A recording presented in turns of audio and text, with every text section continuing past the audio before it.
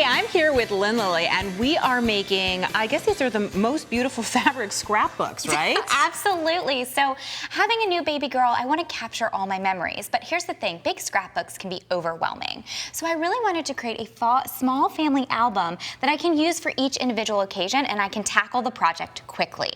So today I'm going to show you how to make it, and then the perfect tool to customize and personalize it in minutes. So let's get started. Let's do it. Okay, so what you need first is 2 pieces of foam board. So you're going to cut that foam board to the size in which you want your book to be.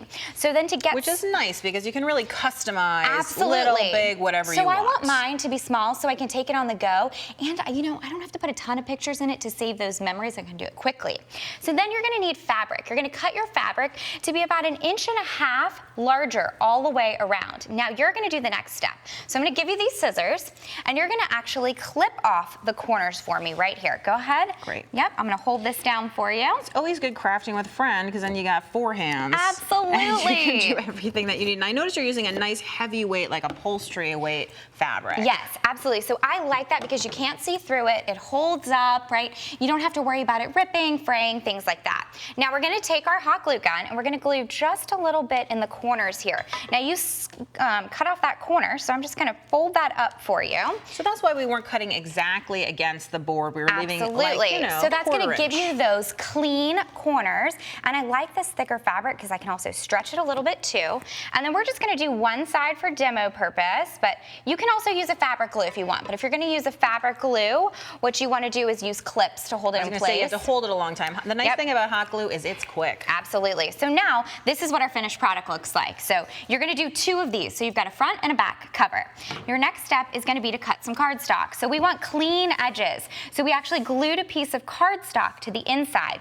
The key to this is you want to cut your cardstock a little bit wider. So about 1 inch wider than your covers because you're actually going to bind this, right? So this is a little counterintuitive. Most people would think they want their paper inside the covers. Right. You want it a little bit out. So you want a small border. Now you can use binder clips or you can use a clipboard. So we're going to clip this in and leave it off the edge. And I'm going to give you this little sharp tool called an awl. So I'm going to push this awl on through. Now, if you've never used an awl, what are some things that people need to know about using it? One, be very careful because it is really sharp. It is meant to go through super thick sheets of paper. Do me a favor and really stick it all the way through because the further you stick it in, the wider your hole will get, right? And so we're going to be using a thicker wax thread, and we want to have a large hole to go ahead and get that needle through. Now, will you tell people, there are a lot of things about bookbinding where people tell you why to use wax thread. Will you just remind people why embroidery floss is not a good choice? For me, because it doesn't fray, it holds up. I really actually like the texture of it. I'm weird like that, but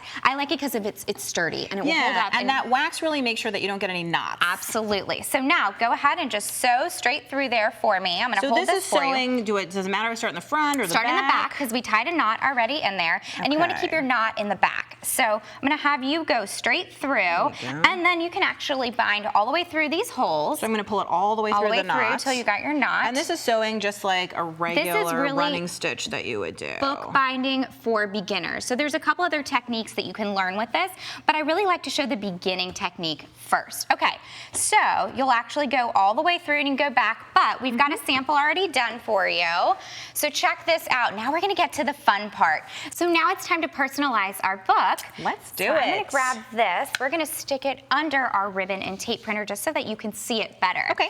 I don't know about you, but personalizing is my favorite part. Right? Me too, so creative always. with it. Okay, so we're going to actually print out on satin ribbon for our front cover. Okay. And I've got a fun little saying that I used to use. So for our wedding, we used the hashtag Posner Party of 2, and now we're 3. So we're going to do Posner Party of 3. So I'm going to go ahead and hit pattern here. I love hashtags. They're such an easy way to find whatever it is you're looking for. Right? I love it. So for this one... Oh, so it's already saved in the machine. Absolutely. So you can go ahead and save designs. If you want to do them ahead of time or come back to them, you've got it. And then I'm going to actually pick a fun font. It's called Atlanta. I'm from Atlanta. I love it, right?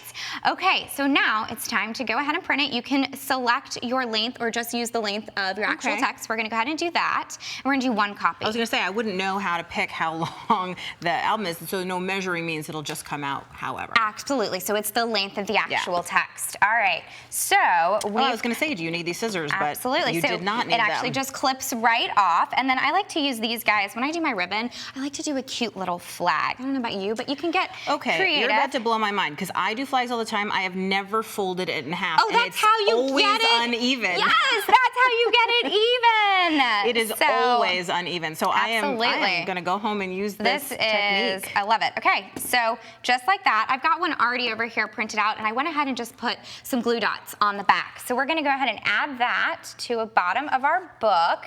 And then, because I've got flowers on the front, I wanted to do a fun little saying. So I printed this out: plant smiles, grow laughter, and harvest love. Cute. All right, so now. Well, I was going to say, I noticed you have these little stitch lines on here. If you were a sewer before you put the book together, you could stitch those on. Absolutely, or you can just print them because it's a pattern in the machine, which is nice. It saves you some time, right? Okay, so now we're gonna get to the inside of the book. So remember, this also prints tape. So we're gonna go ahead and switch this out, and we're gonna use a purple pastel tape. You're probably too young to remember, but it totally reminds me of cassette tape. It's a cassette tape. Yes, it is. That is my favorite part. I love it, right? Okay, so our inside pages is where we're gonna get creative with our photos. So we're gonna go ahead and turn this back on, and then I have this saved already. You know, I love to save. Yeah. Okay, so when you're saving, you just wanna scroll over into your open, and then I picked some emojis, because our first picture is gonna be from our family vacation. So I'm gonna go ahead and open that up. Now, there's a cool thing, I can print vertically. So based on how my pictures are gonna go, I wanna show you how cute this is gonna be. So we're gonna put this in here. And I want the tape. I like that gold paper. So I like anything shiny. I'm a gold girl. Yes. You know it? I'm a gold girl. Okay, so what I'm gonna do now for vertical is I'm gonna scroll on over to my style, and I've got vertical already selected. There we go. Simple and easy, hit print. I want one copy. You can do multiple copies if you want, but I just need a cute little border. And then I printed out some other fun little accessories that we're gonna put on here. So what I want you to do for me, go ahead and start peeling the backs off of these. So I'm just gonna peel, do you want me to peel both halves of the backing or just one? So it's up to you. I actually like to pull off both, but some people only like to do one and then the other as it's getting close. I'm a terrible placer in terms of like things being straight. I also am a klutz, so I get everything stuck to me. So I always find... So for me, what I like to do is just stick it to my hand. So, but everyone's got their own little tricks of the trade, right? So I'm gonna go ahead and put my tape. Oops, see, that's what happens, right? Maybe I should go with your method. I go half and half just because I'm terrible at placing things, but there you go. You're a better placer. I'm gonna give you that whole thing. It's all sticky. So first family vacation, and then I'm gonna grab my glue gun, just throw some dots of glue on the back of here. Do you have any tips on how you picked the colors? Because I noticed that like the mint on here is the same as the mint on there. The purple is a sort of more of a contrast. Yeah, so I'm all about mixing my pastels and my different patterns. That's why I love this, because we've got a whole bunch of different patterns and things we can mix together with all the different varieties of tape. Very cool. So check out this page right here. So I got a few done. So I've got another piece of tape over there that I printed. Should I peel those for you? Yes, please. And we flagged the back of those as well. And so we just made a little flip up picture here. That is such a cute idea. So from the first Mother's Day. All right, got it? Stick it to my... Got it. I'm sticking it to you. Yep, so just these simple accents make it so great to personalize my book. How cute is that? Check out this page. I love that. It looks like a picnic blanket, that tape. That's really cute. And all the samples you brought are so beautiful. It really makes me, I can see how you can use fabric remnants for so many things to make a book that really means something. Absolutely. Thank you, Lynn. You're welcome.